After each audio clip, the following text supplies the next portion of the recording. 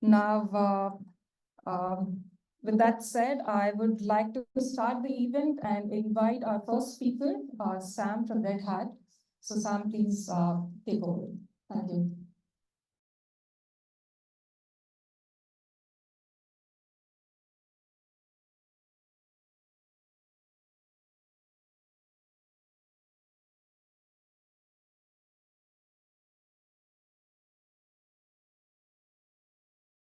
Increase 20%. I mean, it's really important to note that, I mean, it's really the credibility of the company and the trust of the company. If this software supply chain attack happens, will be targeted. And in the 2023, $46 billion was the damage that the software supply chain attack caused to the entire world.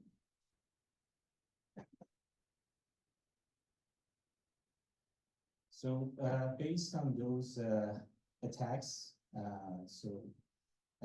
out of 3 organizations, so they have started to think about the way that they are developing the application and the application development lifecycle. So they try to embrace the DevOps practices, but we need to consider that, I mean, the DevOps is not enough. You need to put some sort of security measures within your DevOps processes in order to make sure the code that you're creating, building, and deploying, and then also when you put it in the runtime, it's always monitored. So I mean, in this cycle, you need to check it all the time. And we have the phrase that is coined by the community, which is called the shift left, which the focus is now more on the developers when they are developing the application, to focus more on the content that they are building. For example, if you just create your application and then push it to the other stages, pre-production, production, then the security team realize, oh, we just publish an application with these vulnerabilities and issues, that's going to be too late. So the developer need to be, I would say, focused at the security of the application development. So what can we do to secure the software supply chain? So as you know, because most of you are developers, so the first thing that you do when you start coding the application, we need to make sure the dependency that you are using for your application, the packages that you are using, analyze it and make sure that, I mean, they are really certified and they are from the right sources. And when you just written your code, and then let's say that you build a package, build a container or image, you need to make sure that, I mean, that there's safeguard and security put in place when you are building those images and packages. And when you deploy it to the environment, you need to continuously monitor the behavior of application. So as I said, the first thing to consider is that, I mean, you need to just fetch from the credible sources. And from the RedHat side, so we have a couple of measures that we are using, the universal base images that has been tested, verified that, I mean, it has a 0 malicious code. So that's one thing to consider. For the language and runtime that we are creating from the RedHat, we also make sure that, I mean, there is no attack vector considered in those type of runtimes, and the application library that you are fetching from the RedHat repositories. So other, I would say, companies that are providing these sources of the packages for the developers, they need to make sure that they are credible and they have the provenance and attestation added to the content. So how many of you are familiar with the attestation? Have you heard about the attestation and provenance? Okay, good. So I'm going to talk about this. So the first part of it, when you're coding, so you need to provide some sort of automated path for the developer to remove any manual part in the application development lifecycle. So that's the first, I would say, important part to consider. And you need to have some sort of signing strategy when it comes, let's say, pushing the code from the Git, pulling the code from the Git repository. You need to verify yourself as the user that I'm pulling this code, who am I? And when I'm, for example, creating the packages, I need to also sign that. So the signing process should be in the entire application development lifecycle. And so it should be, as I said, based on the trusted component. And I mean, you as a developer, you need to focus on the coding, because I mean, I know that you're dealing with a lot of, for example, programming languages, different type of tools that is mandated by the company that you're working for, and you don't really have time to go and check the latest and greatest security tools and features that you need to add to your application. So it should be provided by the platform for you. So when you are building your, I would say, images or packages, so it should be from those signed, I would say, content that you are fetching from the image registry from your company, or let's say from a third party, and you should verify. And this verification.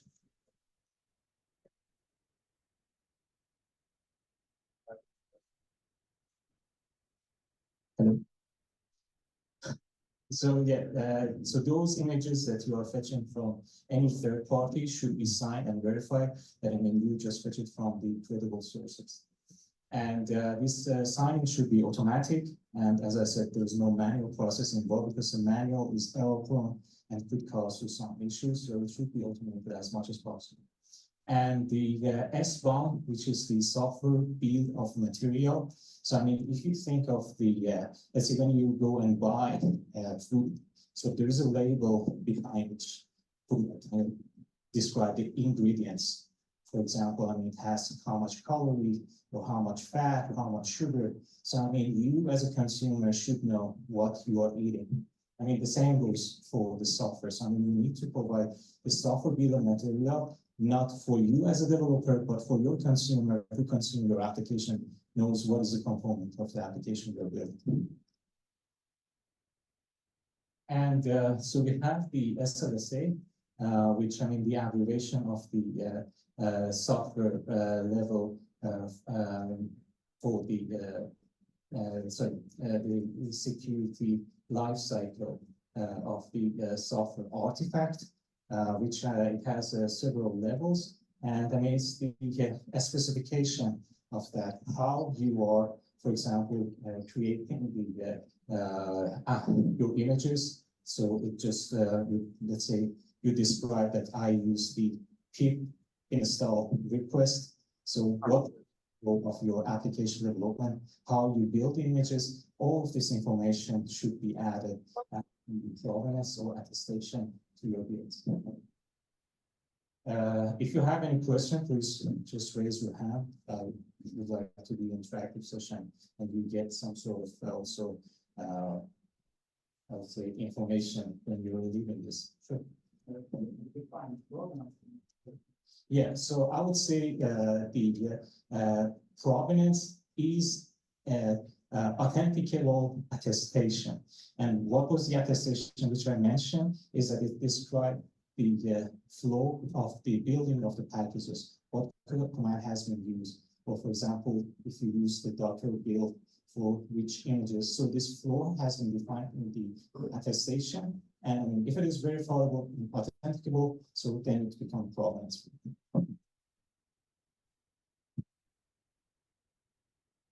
So then it comes to the deployment phase. So you just write your code and then build it, and now you want to deploy it. So when you want to deploy it, you need to make sure that the image that has been, for example, signed and added the attestation, now you should verify it when you want to deploy it in a different environment. So let's say that I have just create my images and push it to the image registry. Now I want to deploy it to the UAT environment, to the acceptance environment, pre-production, production. So those type of deployment has the capability to verify that there is the attestation, and verify the attestation and use those credible images to deploy to different environments. And then it comes to the last phase, as I mentioned, so I mean, this is a cycle, so you need to monitor all the time. That I mean, you need to have some sort of extra application to check into your platform, the Kubernetes environment, and see if there's any type of malicious activity going on. Checking, let's say, the layer of your images, or checking that which command is run on which image. Let's say that, I mean, some of the privileged user may gain access to the network and underlying infrastructure of the Kubernetes system. So you need to monitor that. So how do we secure the software supply chain? So as I mentioned, so we need to provide the high level of the trust. And I mean, we as a Red Hat, 30 years working with the open source communities. So we provided that type of credibility over this 30 years of time. And I would say that we try to propagate this type of idea to all the developers that we are contributing to the community to follow this type of guidance. That I mean, whenever you clone the code, let's say from any internal repository, you need to make sure that I mean the code is from the credible sources. And when you want to, let's say, distribute your packages, your images, it should be signed, attested, adding the software bill of materials into your images that you are building. And it should be in the way that you have some sort of the tamper-resistant immutable object that, I mean, no one can make any forgery in the component that you're creating. And as I mentioned, so with the minimal modification, and I would say a lot of, most of the problem that comes into a problem for the security, that I mean, you need to make sure the developer are making minimal changes to the platform itself, and they are focusing on the application development. So we have a couple of products that is added when you want to build your code. So we have the Trusted Profile Analyzer that, I mean, you can install it in your IDEs. So let's say that you are using the VS Code. So we provide from the RedHat the analysis for dependency and check, for example, if there is any type of outdated libraries or any dependency, what is the remediation? For example, you can just move to next version to remove some sort of attack vector that is caused by the previous version of your dependency. And I will show you with them.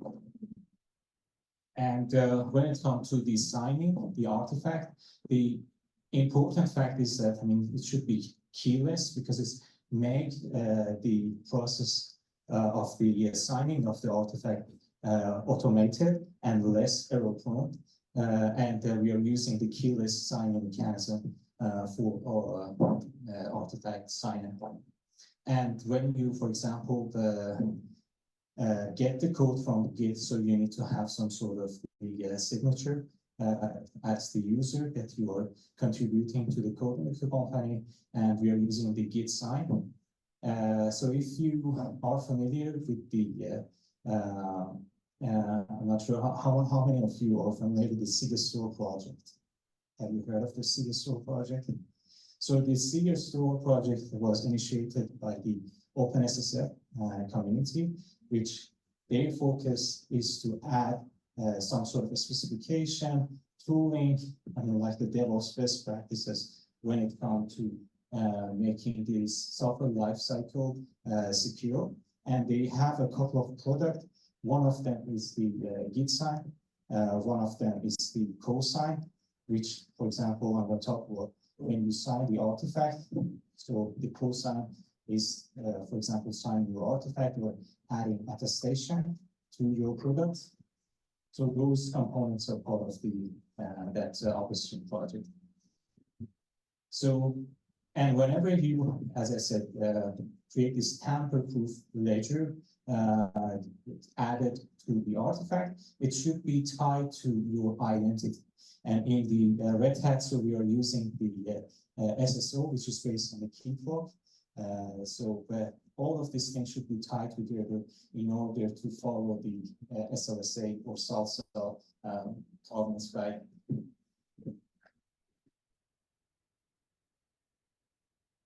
So I also mentioned that, I mean, you as a developer, you need to focus on the application development rather than the underlying infrastructure, because I know many of the developers, instead of focusing on the code development, they are doing some sort of infrastructure, or doing some sort of, I would say, Kubernetes configuration stuff. So we need to remove this type of burden from the developer, and that's where the idea of the developer hub comes into place. It's based on the backstage. So how many of you familiar with the backstage project? Okay, good.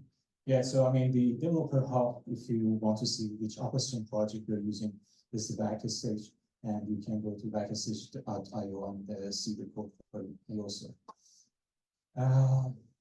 So I don't want to talk too much, to be honest, and try to pass some of the stuff.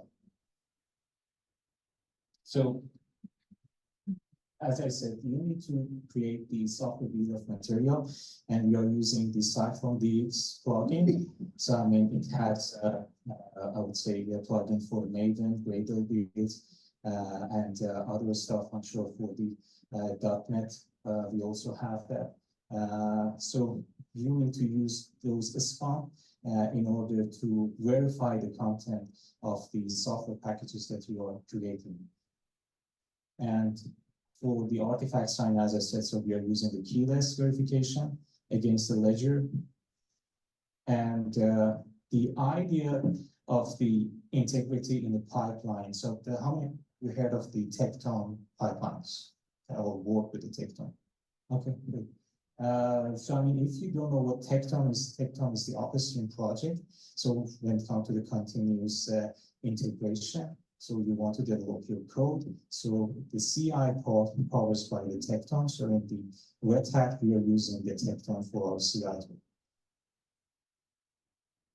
And important information is that so you can sign and add the attestation using the Tecton chains. So Tecton chains is a component in the Tecton that add the attestation to your builds.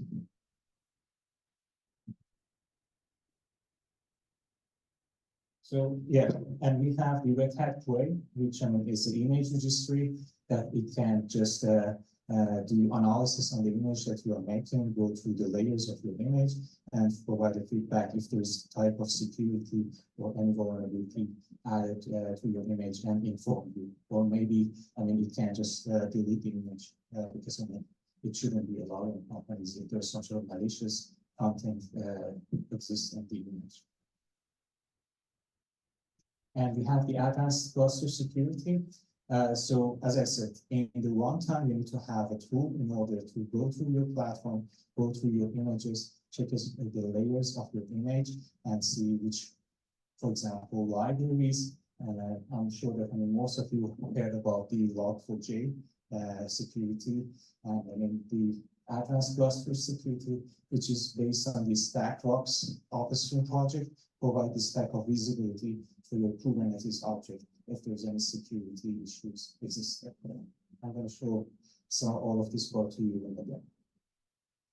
And when it comes to deployment, again, so you need to have some sort of make sure you have a policy in place. And then if you are using the enterprise contract, this is also another upstream project to check that and add some sort of policy based on, let's say, the SPAN or the attestation, which component is allowed to be deployed to your Kubernetes platform.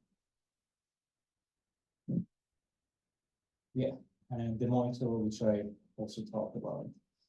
So if we just gather all of the information that I talked right now, so the product from the RedHat is called the Trusted Software Supply Chain, and this is a trusted application pipeline, which is based on the developer hub, which is the upstream of upstream is the backstage, and trusted artifact signer, which is using the SIG store, and the trusted profile analyzer, which is added to the ID for the developer in order to see the dependency of your application development, and if there's any malicious or problematic dependency exists. And all of them is running on top of the OpenShift platform, which I'm not sure how many of you have heard of the OpenShift platform before, and how many of you are using OpenShift platform implementation. No. Okay. So I mean, the OpenShift platform, the heart is Kubernetes, but there are many components added: storage, networking, security, in order to make the, for example, application platform, not just the Kubernetes for the end user.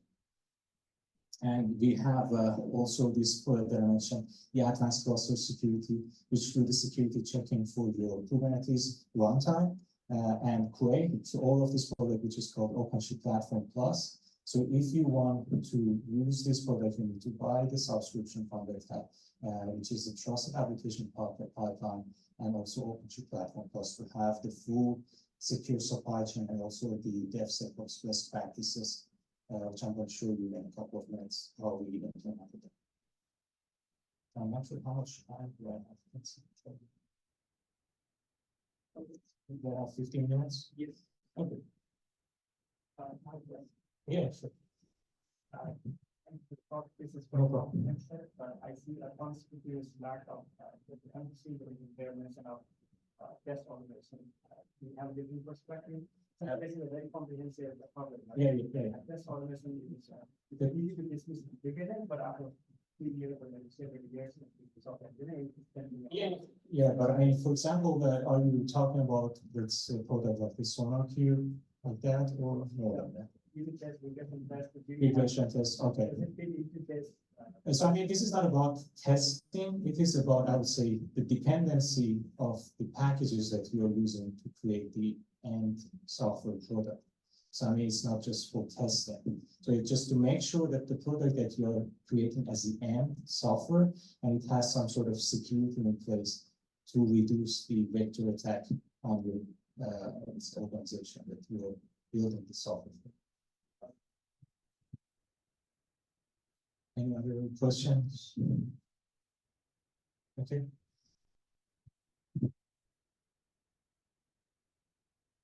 So this is the developer hub. This is the home that you can see all of the components that we are using in the behind the scene. As I mentioned, for the QA, that image registry, we are using the Sonar Cube for the if there is any code smell or issues in the first stage of the code analysis, and we are using the OpenShift platform as a Kubernetes platform beneath of this developer hub. And I, as a developer, want to, when I just get onboarded, get into the organization, I don't want to think about, for example, I need to fill in this form to get my laptop and then get access to different, let's say, repositories, or let's say libraries or Git. And so, I mean, this is going to be easy for the people that come to a company, they have Java skills or they have the Python skills. They want to just focus on those type of skills they have, and they don't want to be bombarded with a lot of technology and information. So they're going to get access to the developer hub, and then they can start creating projects based on the golden templates that is defined by the company. And those golden templates include all of this automation for creating the CI and CD. So it has the pipeline, secure supply chain defined, and also the CD part. You, as a developer, just put your Git repository address and then create a project, and everything will be based on the company's standard. So I look at the, I would say, catalog for myself. So as you can see, it has a lot of components shown up here that I have linked to the VS Code, which in the RedHat we call the OpenShift Dev Space, that can provide the IDE for developers to start coding the application. You can view the source code. So I have the GitLab. So I can get immediate access to the GitLab using the SSO that is integrated to the developer hub. And I can see, for example, if I'm a fan of the IntelliJ, I can use IntelliJ. I can see the topology of my application that I have, for example, container that is created in a different environment. I have the build environment, test environment, pre-production, production. And if there is any issue going on with my project, for example, the history of pull merge requests, the CI, I'm going to talk about in details. I just want to give you the brief overview of what's going on here. But I mean, as a developer, so you have a lot of information about the tooling that is provided by the organization for you to make it easier to develop a secure application. So just start with the VS Code. So I have another nice one, and so I just override that one. So automatically, based on the standard of my company, there's a dev file definition that it says that I'm a Java developer, so I'm going to use Maven for build, and I need to have some sort of access to this Git repository. All this information added by your backend engineer behind the scene. So you just go and click on that link, give your Git repository, and you have, let's say, the VS Code that you can start developing your application. So just think of it as the containerized VDI. So you don't need any laptop, just a browser, and you have the interface to start developing. And here I have the Java that I have the Docker file. I mean, explaining how the container layer should be created for me. That I mean, I'm using the RedHat base images. As I said, some your base images should be credible, and because you are creating the secure application, so all of the components of in your application container should be secure.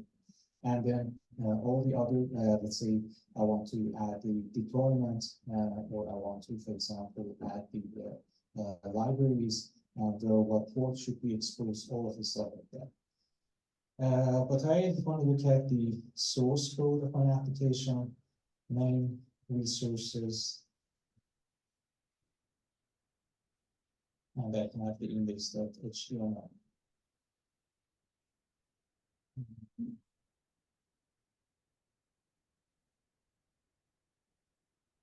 So let's say I want to modify my code. So let's say welcome and load.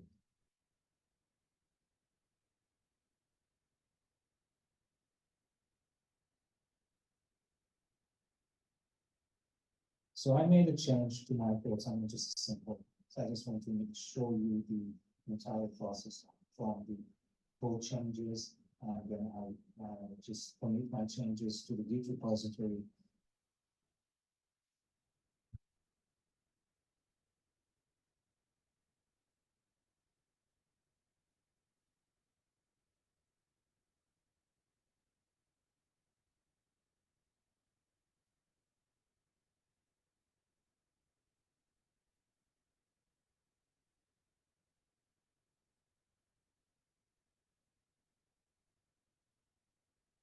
So if I go back to my CI tab, we can see I have the pipeline started running because I just committed the code. So everything is fully automated. So I can see that it's in the Git clone. So it's just waiting for creating the container behind. So I don't have any logs. Okay, it just appeared right now. But now I'm just cloning the code here. And then it goes to the package. So all of the, I would say, the standard process that we have for the continuous integration, it just happen automatically for you. So I have the Maven goals defined now in the app. I start downloading the packages.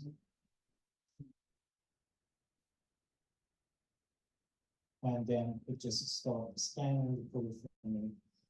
So the other thing I wanted to show you that I have the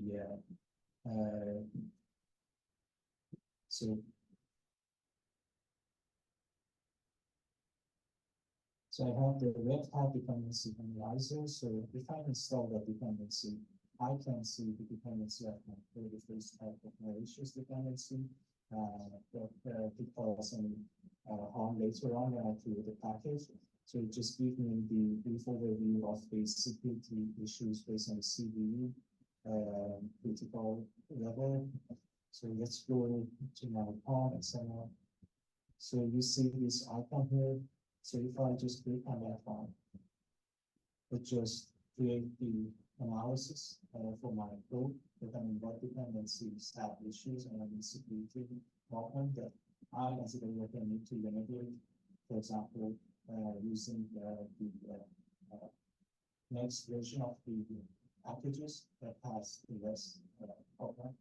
So you can see just the video analysis from an MSS that I have here on high and 18 medium, and just based on those criticality, I can just see so what packages causing the issue for my application. So you as a developer have the possibility to make those changes before the security team even realize that there is some problem with your container.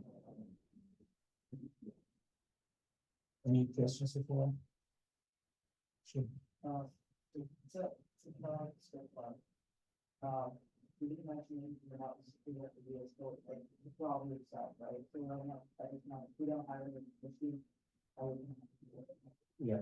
So how do you manage to secure the master code? So I mean, behind the scenes, so we have the containers that is running this VS Code for you, right? So it's not the virtual machine. So you have the container, it has the base image, which I said is based on the base image that we get from the RedHat. It has its own S1 and attestation. So we have verified all of those components before creating this VS Code, if I understand your question. So this VS Code is not on VM, so it's on container, which is checked by the advanced cluster security, different layer of that container, if there is any type of security involved in that. You can tell the platform engineer, and they can just make those type of modification into the Docker image, which is responsible for the VS Code. So basically, I have a URL of the VS Code, right? Yeah. If I copy and paste it to in the Matter laptop, I can basically go into the code itself, or So I mean, it depends on your organization. So maybe how do you manage this? yeah. So I mean, here in the I would say you have a several layer of the security. First, from your company, you have the firewall data center, right? And so no one gives the access to external people to just copy that URL because they don't have the access to the internal IP addresses. And the second thing is that in the OpenShift platform or other Kubernetes platform, you have a feature called network policy that you can apply to the Kubernetes, and you can say that, I mean, this is the source IP address, this is the destination IP address, this is a protocol, this is a port. So I would not allow for this range of IP address, I would only allow for my internal employees' IP addresses. So no one can use this, I would say, because right now I'm using public, yeah. But I mean, when it comes to your organization, it would be on-prem, right? And the other question is about the pipeline. So let's say there's a failure in the pipeline. Yeah. How do you get notified Yeah. about it? What's the process? Because it's not most of the organizations, there's just write the code. Yeah. And DevOps or platform engineers are dealing with the pipeline, logging, debugging, all that. Right. So I mean, you're going to be, I would say, the person who do the remediation, because I mean, in the developer hub, you have the full access to the entire security remediation information before anyone from security can get involved in that, right? Because that was this shift left mentality that I was talking about. That the focus is now you as a developer give this tool from the platform engineers. That I mean, your Docker image is going to be scanned by the advanced cluster security. You're going to get involved. Your pipeline, you have the log CTL command. That I mean, when you just, I don't have the example right now, but I mean, in that pipeline, you can just define that I mean, based on these policies, you are not allowed to use this type of packages in your pipeline. So the pipeline is going to break down, and you as a developer need to just re-execute your pipeline by updating the configuration of the code. Thank you. So how much is that? I mean, you, as I said, so, okay, maybe I need to go to the ACS dashboard. What is really the full responsibility? Yeah, so I'm gonna follow that. Let's go to my, so this is the advanced cluster security. And you have the policy management.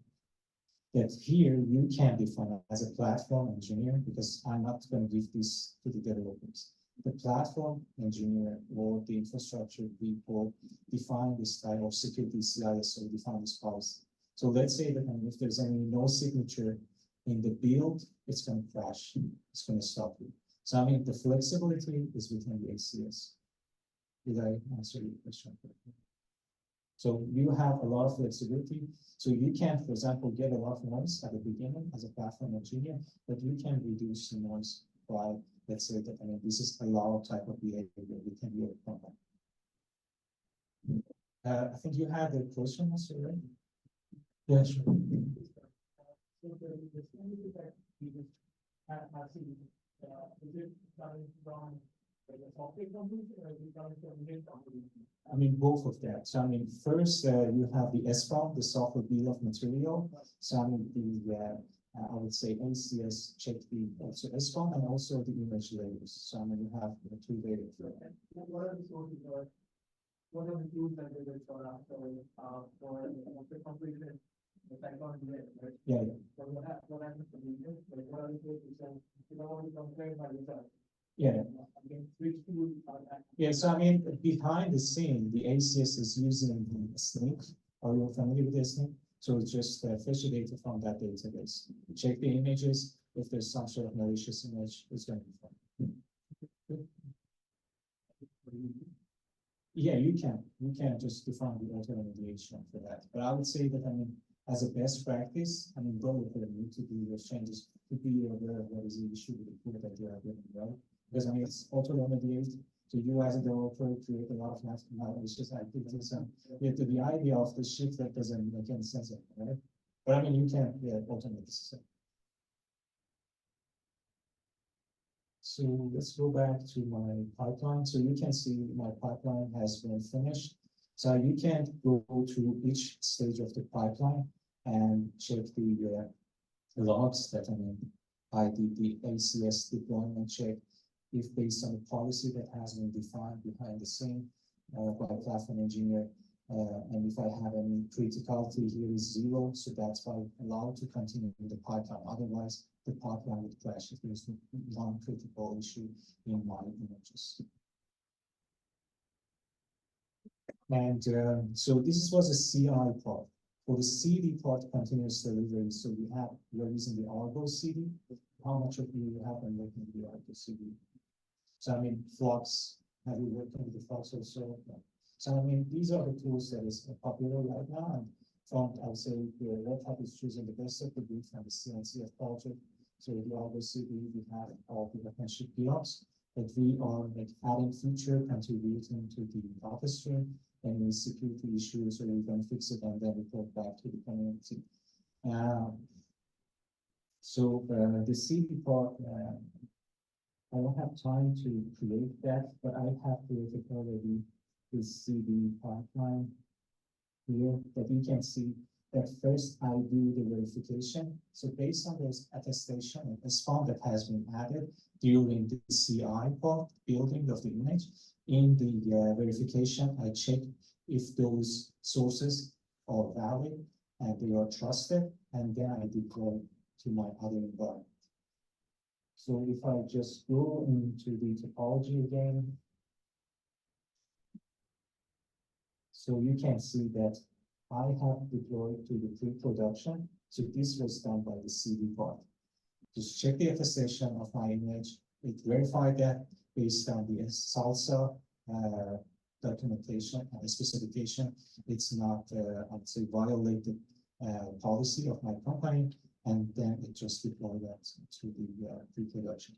And it can go to the next level of the CD.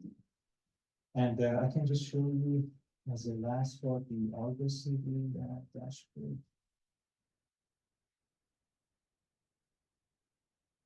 Sam, we have 5 more minutes. Yeah, so I'm trying to wrap up and then say the last words and I'm done. So when this environment is temporary, so you see my admin password. You cannot use it because I'm on this server environment. So this is the view that you get that, I mean, for example, for the CD, you have this application, these components, that is the Kubernetes resources that based on the Git repository. So, I mean, if you are interested, that we have also another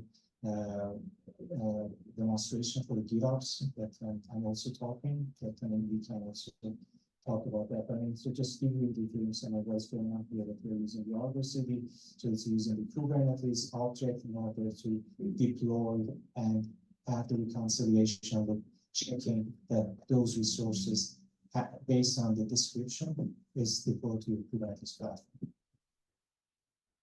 Yeah, so the last word for my demo would be that we have other stuff going on in our Toronto 5th of March. We have the modern application development lecture. I'm going to be part of the operation track, but we have also the developer track. So if you are interested, you can register. And we have also in other cities, Calgary, Ottawa. And if you are interested in the automation for Ansible, so we have the event-to-event Ansible workshop. So just take a picture and just make use best use of those events. Yeah. Thank you so much.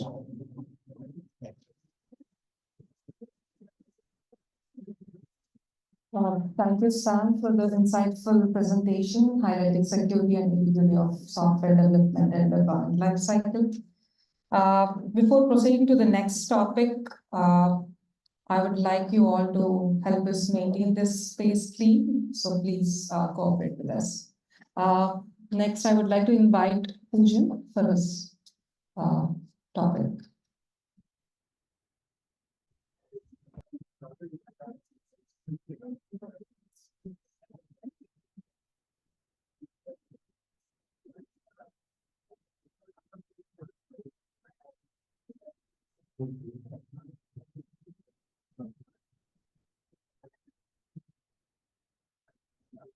Okay, yeah, good evening, everyone. Yeah, good evening, everyone. Myself, Poojan, and today I'll be discussing something about redefining Canary deployments on RedHat OpenShift using Argo rollouts. So first of all, can I get to know how many of you are familiar with Argo rollouts, Argo CD and stuff? Okay, good amount of people. RedHat OpenShift. Okay, so this is going to be interesting topic today. So I won't take much of the time, but I covered some of the topic which the first session couldn't cover. So I will be more talking about infrastructure and stuff. So let me start my presentation. Yes. So while designing this demo, I didn't have much time. So I preferred to use platform as a service. Well, RedHat OpenShift is one of those products which we call an enterprise level of Kubernetes, and eventually it's a platform as a service. I'll discuss in detail regarding that. Yeah, so my name is Poojan Mehta, and I'm happy to be here. And as a profession, I am a cloud engineer, and I'm RedHat certified, RedHat OpenShift certified as well. So yeah, it would be a fruitful discussion moving forward. So I'll start with what Canary deployment is. So the word Canary has been coming from the traditional industrial terms and setups. So as you can see on the screen, the coal miners used to send those birds named Canary into the coal mines to check whether they had some hazardous gas leak or something in the coal mine, to get to know that whether they or not, the actual coal miners would be exposed to the threats or not. This is the exact components we are implementing in our software industry itself. Well, the name Canary deployment comes in terms with we try to release our newer version of software gradually. We don't bombard the newer application to the public and then get to know some critical feedback from them. Rather, those Canary bugs, we gradually send those applications to the people. We try to take the feedback, we try to evaluate, analyze, and if there are some bugs, we fix and we release to the wider audience. So yeah, there are a few benefits as well. Since we are not releasing the whole application, we can detect the problems at their source itself. Next up, some more technical terms. As you can see on the right, the first, let's say I have, so there's a classic example of blue and green applications. I will consider version 1, the current version, as a blue deployment, and the second version would be the green deployment. So Canary, what Canary does is, I'll start shifting the traffic for version 2, which is my newer version, my newer feature. Gradually, first I'll initiate it in 20%, let's say 30%. And if you can see in the right screen, it has loaded the traffic over 100%. So these are some technical terms. Then a bit about RedHat OpenShift. Yes, this gets interesting. So it is, as I said, it's an enterprise version of Kubernetes. As you also can see on the screen, it provides self-service, multi-language automation and collaboration and whatnot fancy terms. But we'll see in the web console from the RedHat OpenShift.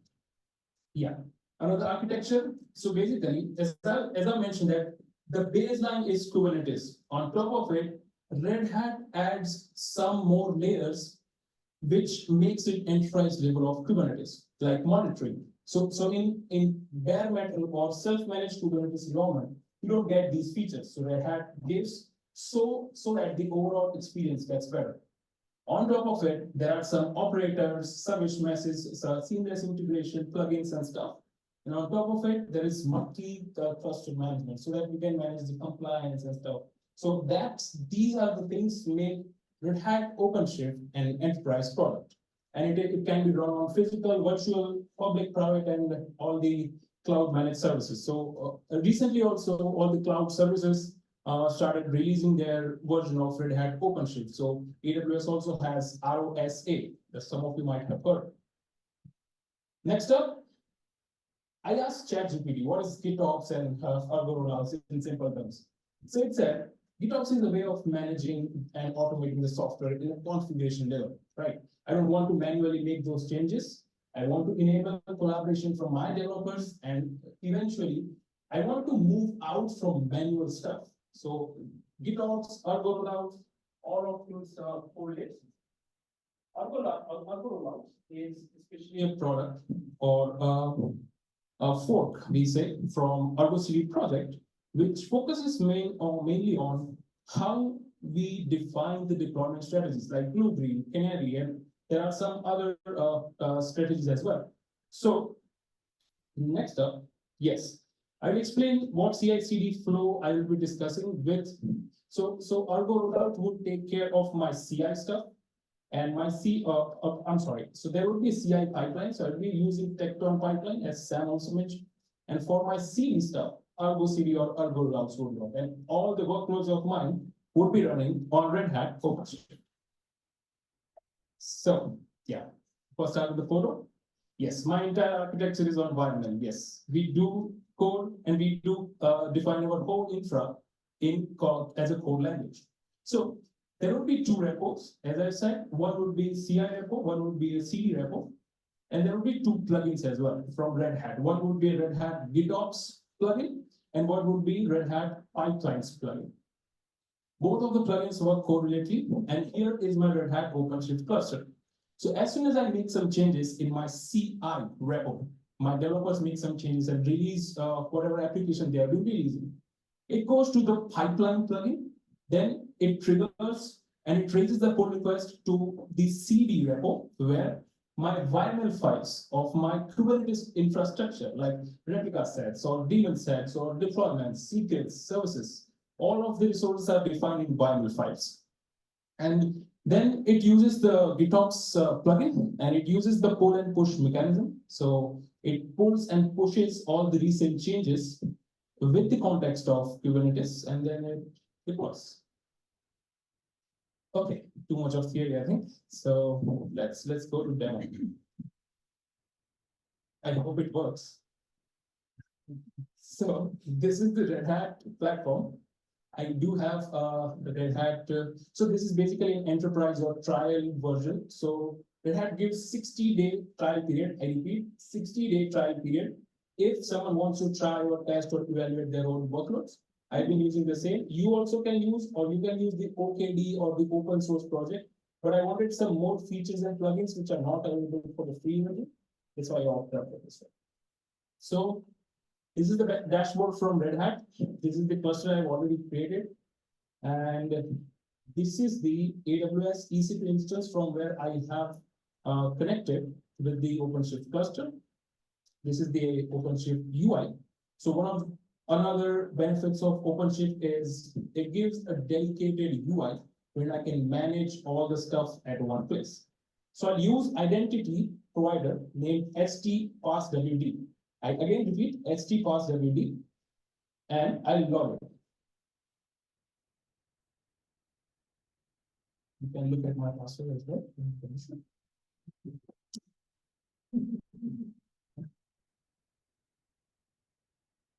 Yes. So this is the web UI from the Red Hat OpenShift. This is my Argo CD, which I have deployed. I discussed only one application from this because we are time constrained and time bound. We have some other stuff to do as well.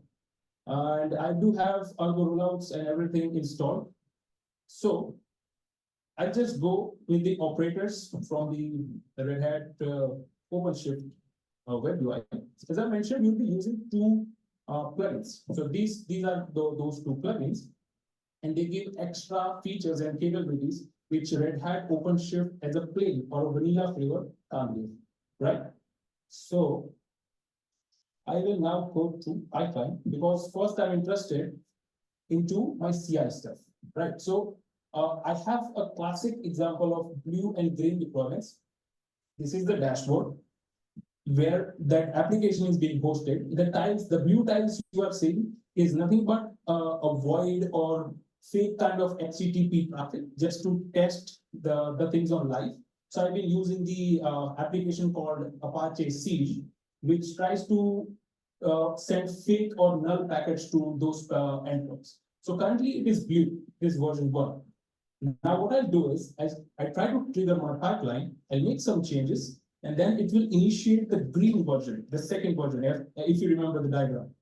And as I mentioned, the canaries, it will gradually start increasing the traffic on the green dots. So instead of these blue dots, you will see a gradual change in green ones. If it works at all, I can't guarantee. But yeah, so I'll go to the pipeline section. I do have one pipeline, and it got last succeeded at a few hours ago. So let's hope it works. So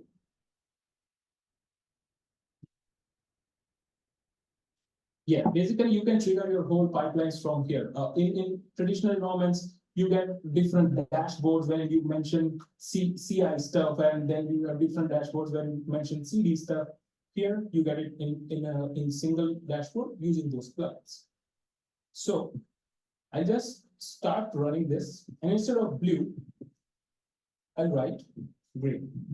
So what this does is, I already linked my repository, my CI repository here, and in that there is a specification. I'll show that in later part as well, where it mentions the Docker image. So the blue dots you are seeing, these blue dots are image called blue. And as I change the image name to green, it will trigger the pipeline. It will replace those image names with blue to green, and then it will deploy the things to over here. So when I mention green over here, it does nothing but just changing the image name. It can be anything, whatever the developers have been using and deploying or developing, but I'm just trying to change the image, and this becomes the trigger pipeline. Currently, I'm running it manually, but we can create webhooks so that as soon as the developers pushes something into repo, it gets triggered. So I do have one persistent volume as well, because we need to track all these runs in a storage wherein all the logs and all the stuff are stored. So this makes it independent of the life cycle of the pod, right? So let me trigger it. So it is basically doing three things. It is doing git clone. It is updating the image, which I have changed just now from blue to green, and it commits the thing to my git repo. So as you can see, 3 greens, it is succeeded, and you will see it from the git repo as well. So if I refresh, yes, there is a change. I'll go into that commit as well. If you can see, it's just down, and whatever I said is matching out the performance. From the blue tag, it gave the tag to green, but this is not deployed yet. Now, when I go to my Argo CD application, and I need to sync those changes, because if you see here, it was last synced 2 hours ago, but my repo had changes 10 seconds ago, right? So I have disabled automatic sync just to showcase this demo in live, but we can enable the auto sync on as well. So I'll manually synchronize. So it will start synchronizing. It will change the commit message over here as well. If you can see closely, it is saying a few seconds ago. So now it might have included those changes of green images. We'll see that. So this is the Canary deployment I have been talking, but yes, it did not sync. If you see here, it's saying 2 hours. So this was last synced 2 hours ago, which we don't want. So sometimes this happens with manual sync in Argo CD. It doesn't, sometimes there are some bugs and glitches. So let me sync it.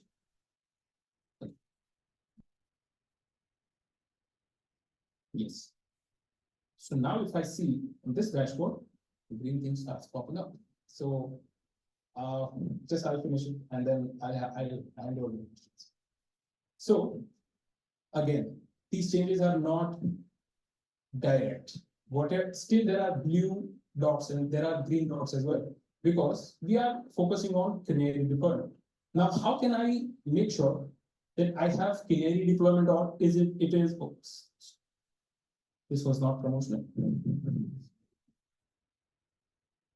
So how can I make sure that let's first see this visually. It will, so if you can see here down, it is starting with some block of new green images, but after a few seconds, when the whole traffic or the whole cycle goes on, you will see whole traffic to the green ones, right? I'll show how I did this. So in my repo, using the Argo Rollouts plugin, I have mentioned one YML specification which says you need to roll out, you need to do Canary, and there is a type as well using Canary. Yes, and the image is blue, but this is the interesting step. This one. Yes, so it says that you need to share the weight in this proportion, 20%, 40%, 60%, 80%, in this much interval. So first 20 seconds, then 20 seconds. So within a minute or so, it will do all the views from the prints.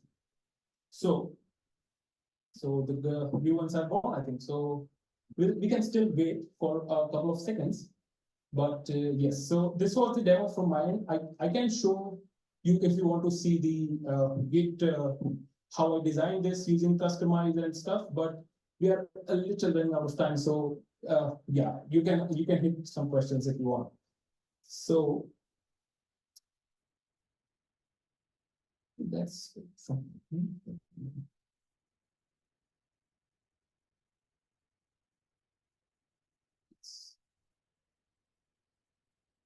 I'm done. Thank you so much.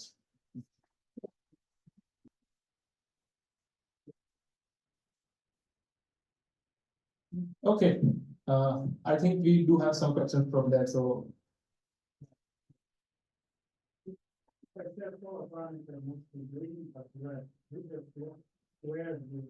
those images should be available. So that if well, this is just a example of standard indication. You are going just to visually see how the traffic goes, right? If the sorry, take on. So basically, I've shown you my Git repo commit, right? It just changed from the blue to green, right?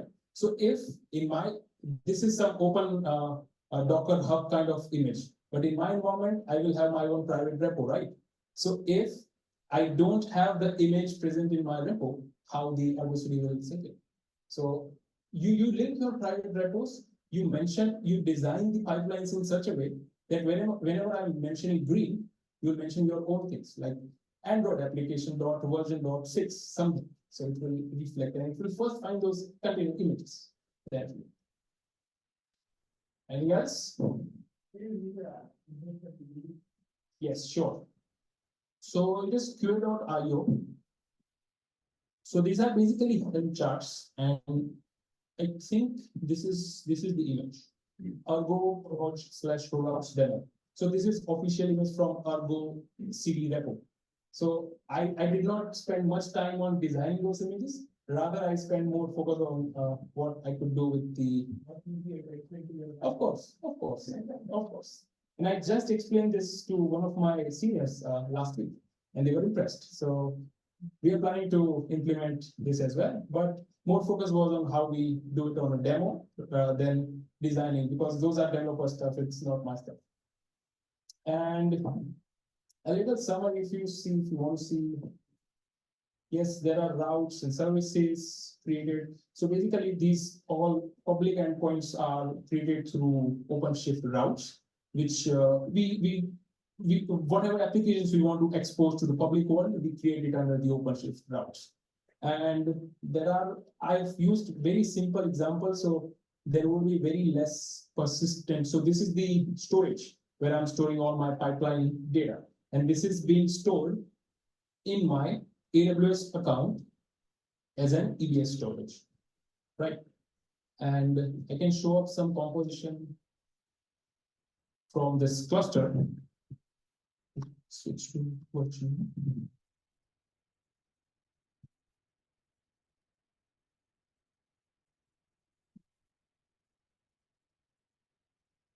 Yeah, so this is my cluster, huge cluster, heavy load, M5 2x large. This would cost me a lot, but yeah, it has multi-master kind of setup. This comes by default with the OpenShift installation, which I've been using, but we can tweak and turn around this as we want. So yeah, anything else do we have? Yes, please. How do you know like something is not going right for the new version? Sorry, can you come again? How do you know if there's something wrong with the new version? Well, we do have monitoring stuff enabled. So if in this case, we only have the request kind of data, but if we take the response kind of data, wherein we'll actually see that what the customers are looking, whether they are getting 400 or 200 access, right?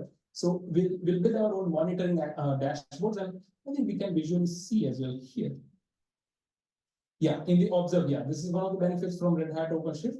They allows matrices and alerting and dashboards built in with Prometheus, so we don't have to build the things outside. So you can see the API performance and stuff. So if I do tweak here and there, I go to some of my services, I'm 100% sure you'll see the traffic which this application is sending, right? So if there is something wrong with the Canary, right now for demo, I did only for 1 minute and I switched the whole traffic. But you can gradually see, you also have noticed some applications, some updates are available in your phone, but your friend says, no, it's not available for me. So this is actually the Canary performance. Anything else? Yes, please. It's sort of a dumb question, but what's a more typical time for a Canary? Typical time. Yeah, how do you plan to do that? A day or a month? Well, wherever the company wants, wherever they want to release a new feature, they plan the maintenance windows and schedules, and they release it to the public. And this also is helpful when we want to divert the traffic geographically. Like in some region, Asian region, I want to release this application because there is some festival going on. And in America, in North America, it's not. So why don't I take the advantage of Canary and I deploy those versions only there, and I deploy the main version in North America and stuff. So these are some of the classic real-time examples. Yes, please.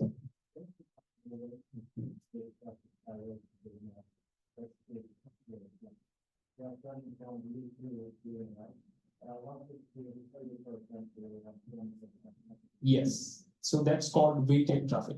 For that, we might need to add up more configuration like service meshes and stuff, which are pretty smart in diverting traffic here and there. But I don't have any service mesh deployed in it, but Argo can help us diverting those traffic. But for such complex use cases, the bare minimum setup doesn't work. So you might need to have some complex CNIs and stuff to visually see actually, because this is just for use cases.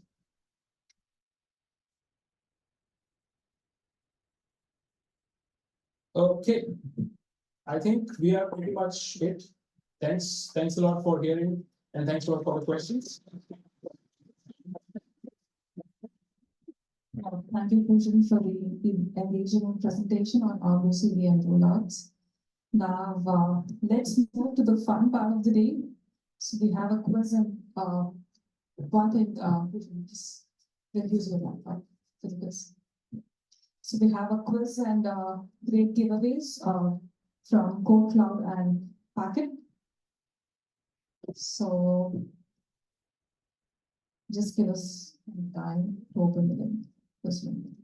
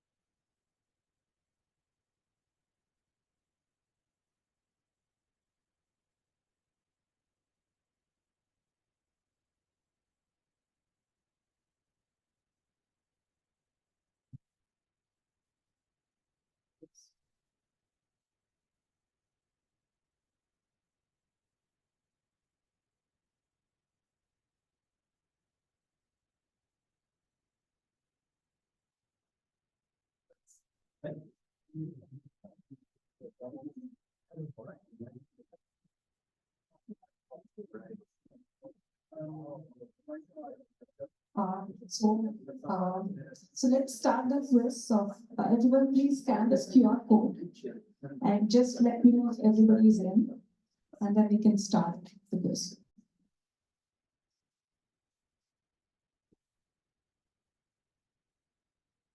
I hope everybody is able to access it.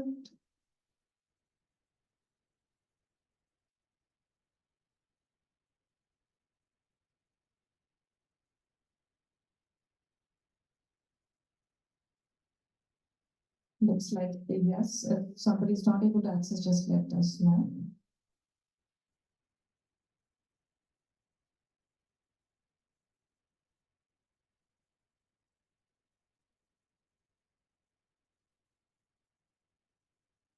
So let's proceed to the quiz questions then.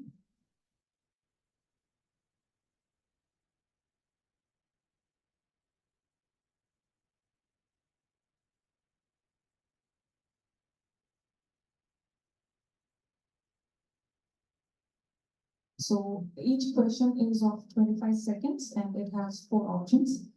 And we will select top 6 people who is or the topper of the scoreboard, and we'll be giving the giveaways, goodies.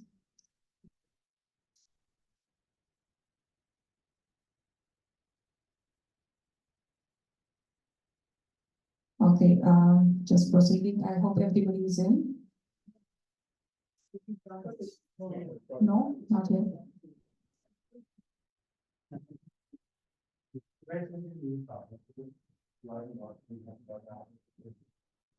Yes. So I would read out the first question. What is the average annual increase in software supply chain attacks over the past 3 years? 654%, 325%, 742%, and 999%.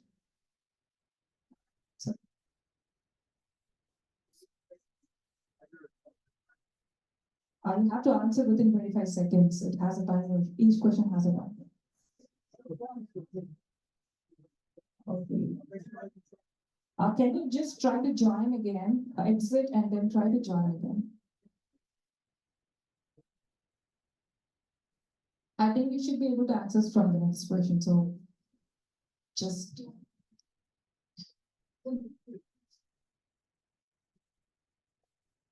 But I see somebody answer or skip it.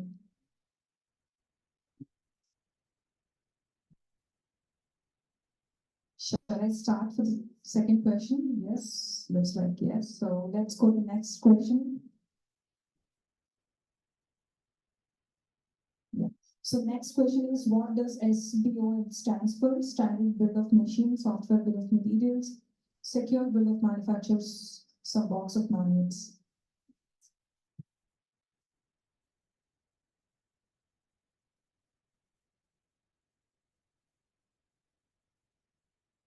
Five seconds to go.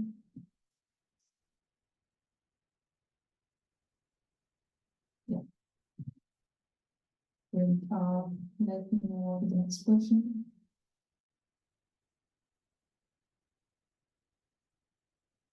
What upstream project is RedHat Developer Hub based on? Istio, Converge, Crossplay, and Backstage.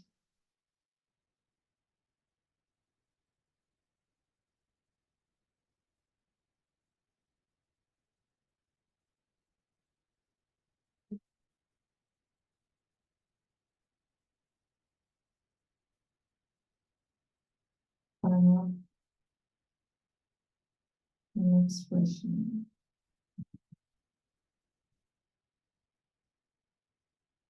In which phase of the software supply chain do we automatically check and verify artifacts and attestation as a part of the pipeline? Code, build, deploy, and monitor.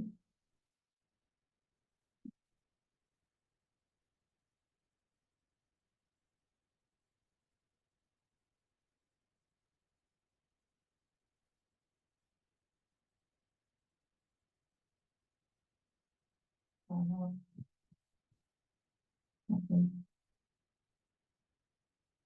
The question. What is RedHat product name for trusted software supply chain? OpenShift Platform Plus, RedHat Developer Hub, RedHat OpenShift Trusted Application Pipeline.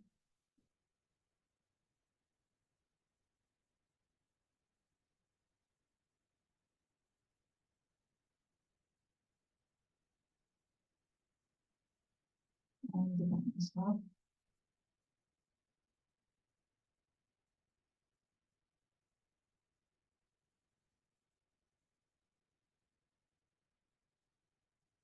What is the purpose of Canary deployments? Test new features on a small subset of users, deploy code without testing, performance stress testing, and automate backups.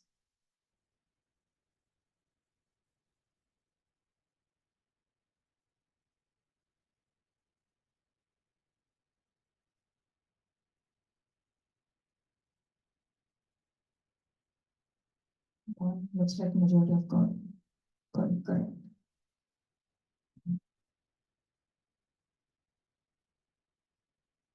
Which identity provider for OpenShift console was used in demo? Google, HT password, LDAP, and GitLab.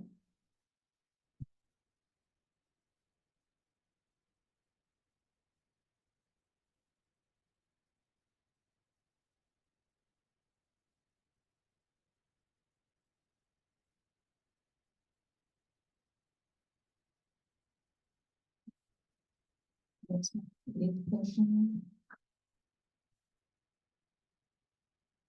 Why customize is widely used in GitOps approach for Git repo in real time, generating shell scripts, for Canary deployments only, defining Kubernetes configuration in YAML form.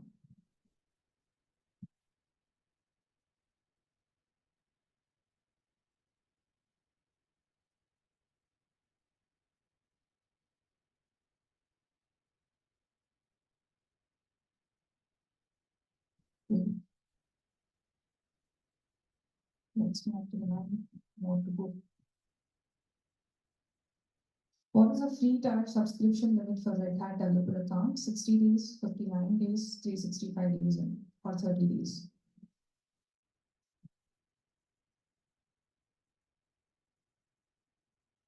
This is amazing.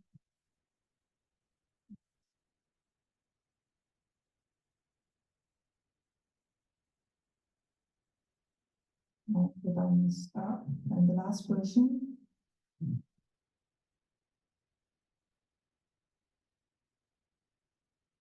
What is the purpose of Red Hat OpenShift GitOps operative? To deploy OpenShift on AWS for server optimization, to manage K8's cluster using GitOps principles, to use pipelines with OpenShift.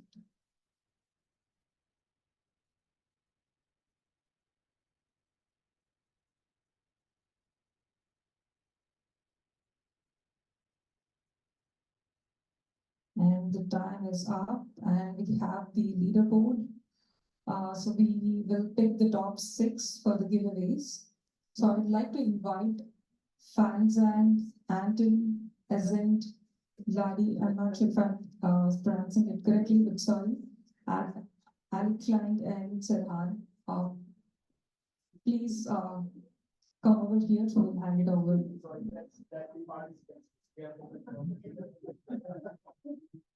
Sorry. I'm extremely sorry. So Fanzan, Anton, Azent, Ladi, Elson, and Serhan. I think, yeah, that's correct. Yeah, firstly, so we have to get the Core cloud subscription for up to 6 months, and the rest 3 will be getting these wonderful books from back. So do not forget all the winners to secure email ID and mail. And yeah, so then you want thanks a lot for joining. Thank you for joining, and please do follow us on LinkedIn and Meetup for upcoming sessions. Hope to see you soon. Bye.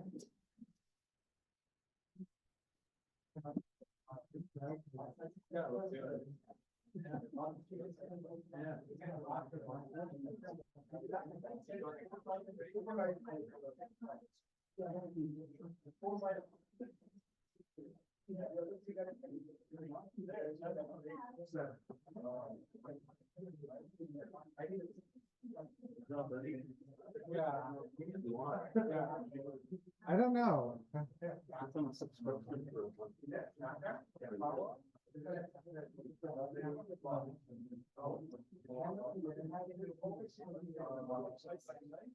Yeah, 2 rounds. So no one's getting any go. No, we don't get it. They thought we Maybe the